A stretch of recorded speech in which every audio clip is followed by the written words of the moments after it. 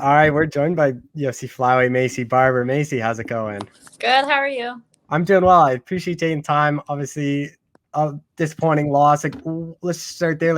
Obviously, you returned. Did you feel any ring rust or just timing off, just not fighting in over a year? More than I thought I was going to. I felt like my camp went great and training was, like I said, awesome. My weight cut was great, but I didn't realize how much I would think about or feel my knee in there and just think about it, and then just also just being out for so long. My timing was off, my range was off. A lot of different things were not as what I thought they were going to be. But props to Alexa because she also had a great game plan and she came out and she did what she needed to do and she got the win. Was the knee still a concern entering that fight? Was there a bit of something in the back of your mind where maybe it might go out again? Physically, no. Like my knee is 100%. I had the best rehab. I had the best surgeon. There was some points in time where when I was up against the cage, like I said, my knee was fine in the entire fight. It didn't hurt. It didn't nothing. So that's not a reason for the loss. But I did, when we were up against the cage, I thought about it. When she would hit my body with her knees, I was like, I'll take this all day. But then you touched my leg, I was a little bit scared. I was like, oh no, what do I do? So I definitely had that feeling of thinking about it.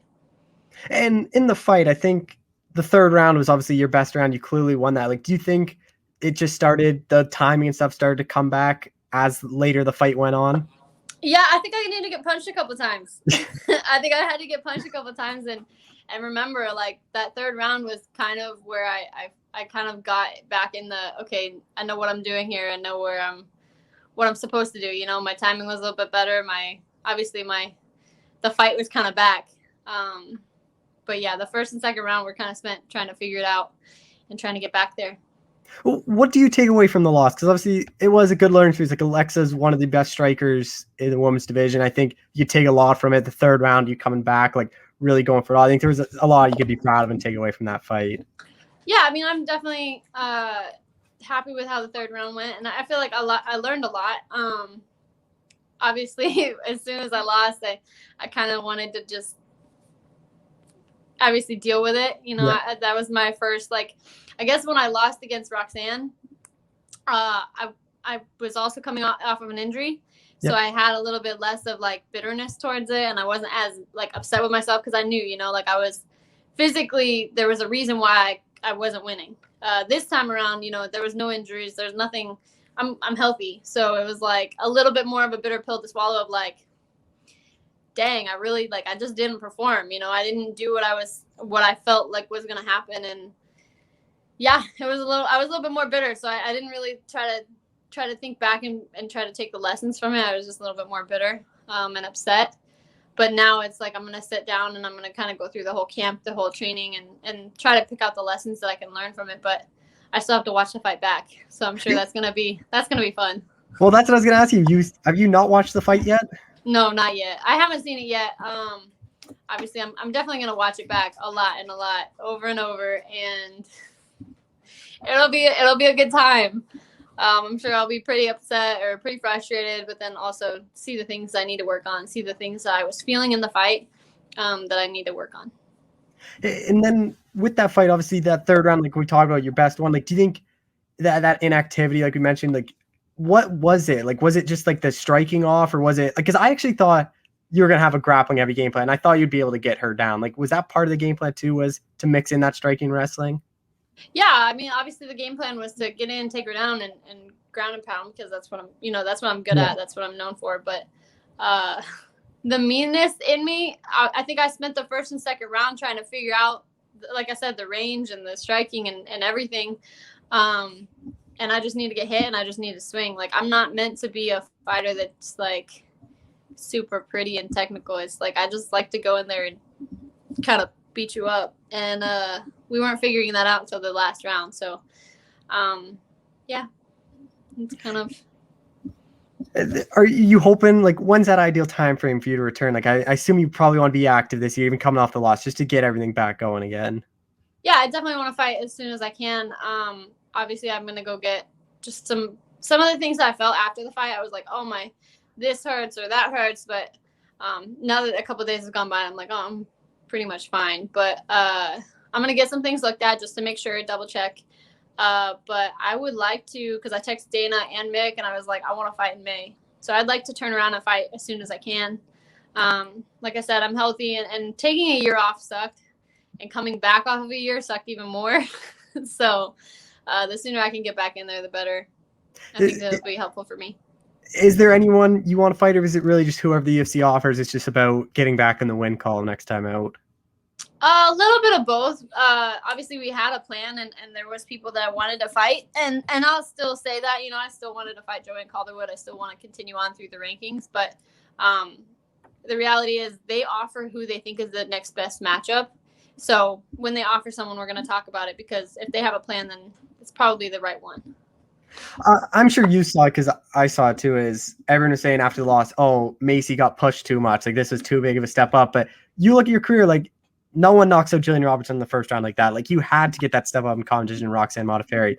And technically, like, Alexa Grasso was ranked below you, but I know she's a tough matchup for anyone. But do you think you were pushed up too quick, or do you think that was the right progress for you? To be honest, I never saw that. I try not to read too much into everything. No, I don't think I was pushed too much. I think that if you have big goals, you should continue on it and push towards bigger things. So if you want to push me more, that's fine. You know, I have to rise to the occasion, and this time I wasn't able to complete the task, but we'll get back there. Do you think a lot of people were glad to see you lose? Like, it seems like a lot of people like seeing you lose, especially after you saying, like, oh, I'm going to be the UFC champion. Like, it seems like you have a lot of people that root against you. I think there's always going to be people that are like, when they see someone with a goal or like a plan, they either want to see you achieve it or they want to see you fail miserably. So there's going to be both, and either way, like I told you before, they at least they're watching. Yeah. But yeah, there's always going to be people that want to see you fall on your face and then laugh at you while you're down, and that's fine, because at the end of the day, I'm still the one getting in there, and not many people can do that. Did you see Dana White's comments about you after the fight? I've seen a couple, but like I said, I haven't been like trying to read. I keep trying to give my phone away and be like, "Here, take this." I don't want to pay attention to it. I'm gonna move on past this loss and grow from it and come back. Well, the main thing you're saying is, like, you're 22, about to turn 23. Like, I'm only 21, and it's crazy, like, thinking that you already have all these fights in the UFC. Like, do you still think, like, the best is you're not even, like, touching the athletic prime right now? I think that everything is not as good as it can be, you know, like you said, I'm young. I've got a lot of stuff ahead of me, a lot of good things ahead of me. I'm only going to get stronger. I'm only going to get more, mentally better, physically. I think that there's a lot of things that are going to continue to grow from here. Is the plan to remain in Chicago, or are you back home in Milwaukee right now? Right now I'm in Milwaukee. I'm waiting on a car. I'm getting picked up from the dealership, a sponsorship of mine. They're giving me a truck. They're out in Kansas right now. So I'm waiting on that, but then I will be back in Chicago training. What was that first camp like? Because obviously you were with Izzy for a bit before, obviously different, just a wrestling background. Like, it is a good camp over there. Like, is the game plan to still stay with them? Yeah, it was a great training camp. You know, the grind from the wrestling, the striking, everything was really good. The training partners were great, and I couldn't have been happier with the team and the training. Like I said, it's just I think more time with them is going to be good and helpful. I have nothing but good things to say about them. And you obviously had the goal, like when we were talking before the fight, it was beat Grasso, fight Calderwood, fight Shevchenko early next year and end of this year. Like, have you kind of refigured what the goal for this year now is? Well, obviously the goal is still to get back and fight. And I think I've told you before, you know, like the destination is still the same. We just have another detour that we're going to have to go around, and the path might change a little bit, but the goal is still the title in the long run. And how we get there, whether that's beat a bunch more people in between there and make some more money, or we'll find out. Co-main on a pay-per-view too. Like, what was that like for you? Because I imagine coming back from a year-long layoff, like they kind of threw you right back into the spotlight. I mean, like, I didn't really realize that it was the co-main event until Bruce Buffer was like, "This is the co-main event." Like, you know, when he did the announcement. And then I was like, oh yeah, dang, we are the co-main event. But training is the same. I mean, I was mainly preparing for Alexa Grasso, who's a tough opponent. So I tried not to let the co-main event, like the place on the card, I tried not to let that get to my head, because even in my last fight, it was always a pretty good spot on the card, like the main event, the main event for the prelims, or the ESPN, like the end of the card. So I try not to let that go to my head of like where we are on the card. The only thing that changed was mainly the time that we were fighting. That your next fight, like, do you think that's going to be? I think it's going to be the best version of yourself, just because 2-fight losing streak. I think after the layoff, like, I think you finally, because that based off that third round, I think that was the best round, arguably one of the best rounds you've had in the UFC, where you really took it to Alexa Grasso. And I think now that just coming off the loss, that's good to hear you say that. Do you think the next fight is going to be like the best one we've seen of you? Well, it better be. There should be a lot of growth and a lot of. I think you're going to see a lot more gritty, a lot more go after it and just try to finish the girls. Probably a meaner version. And just last thing, like, you're someone that kind of feeds off the crowd. Like Tony Ferguson mentioned it, where it was a bit weird for him to fight in front of no fans. Like, was that a bit odd for you, because your walkout, like, you hype up the crowd, you kind of, that energy seems like it really feeds off of you when you're fighting. I love feeling the energy of the crowd. Like, it's just something that it's an unexplainable feeling when you're walking out and there's so much energy. And yeah, I love the energy. I love the noise and the feeling of like people are there to watch you. But at the same time, like, I fought on the Contender Series and there was nobody there. And I fought an amateur fight where it was like super crazy rowdy, but at the same time, there was not nearly as many people as there were in a giant arena when I made my debut in the UFC. So like, I've fought in different crowds, in front of different crowds.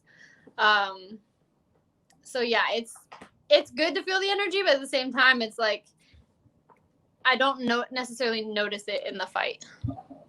Earl, Maycee, thank you so much for the time. I really appreciate it. Thank you.